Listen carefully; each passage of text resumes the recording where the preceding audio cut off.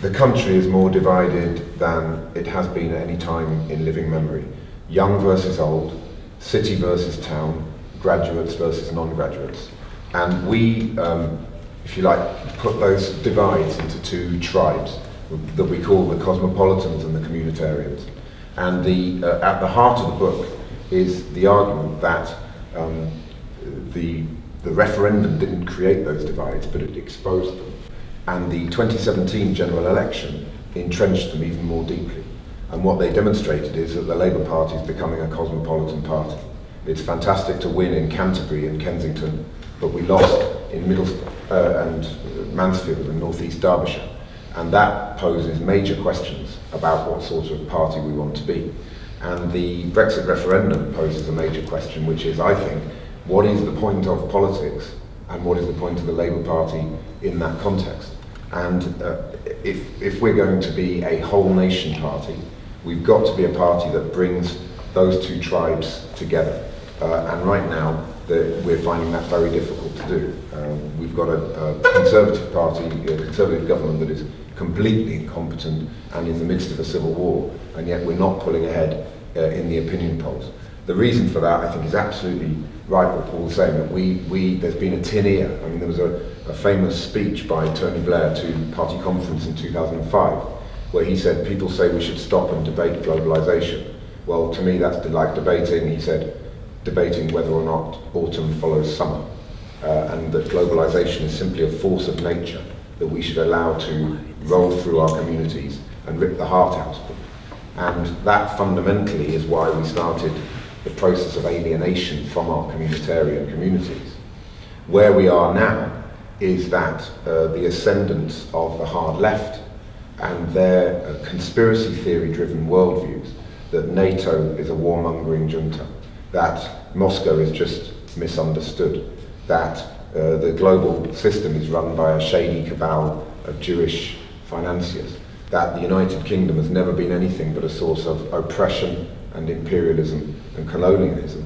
Those worldviews are anathema to our communitarian communities. They don't want us to be there singing the Internationale, they want to see us singing the national anthem. That is absolutely clear.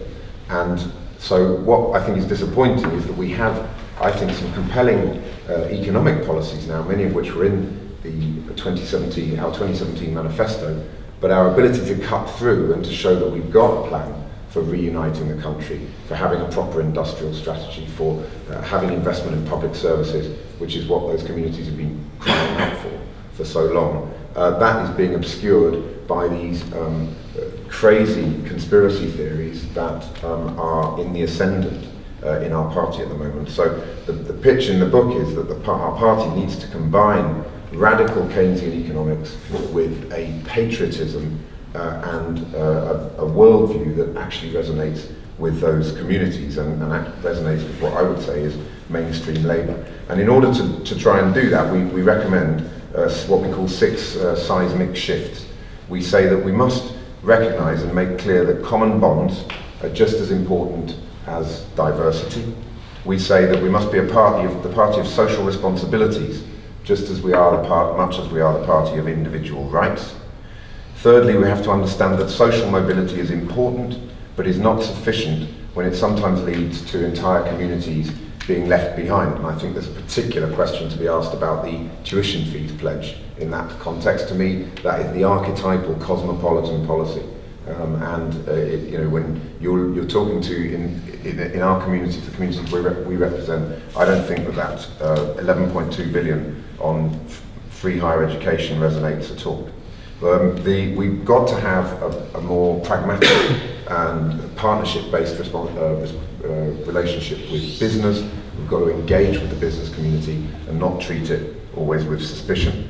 On immigration, we've got to see immigration as a market dynamic that needs to be managed. I was really struck by what Bernie Sanders said recently about entirely border-free policies on immigration is actually a policy that the right wing would promote, not for social democracy. As social democrats, we believe in regulating markets. That includes the labour market. You can't regulate the labour market if you're not able to regulate the supply.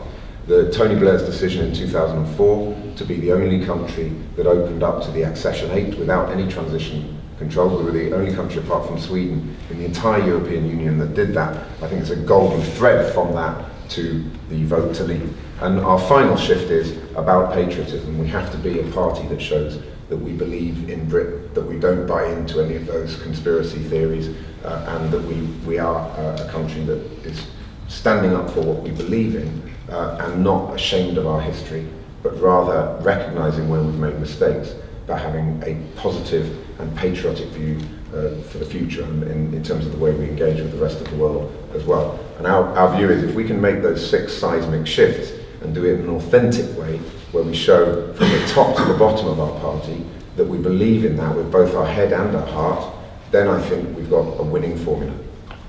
Great.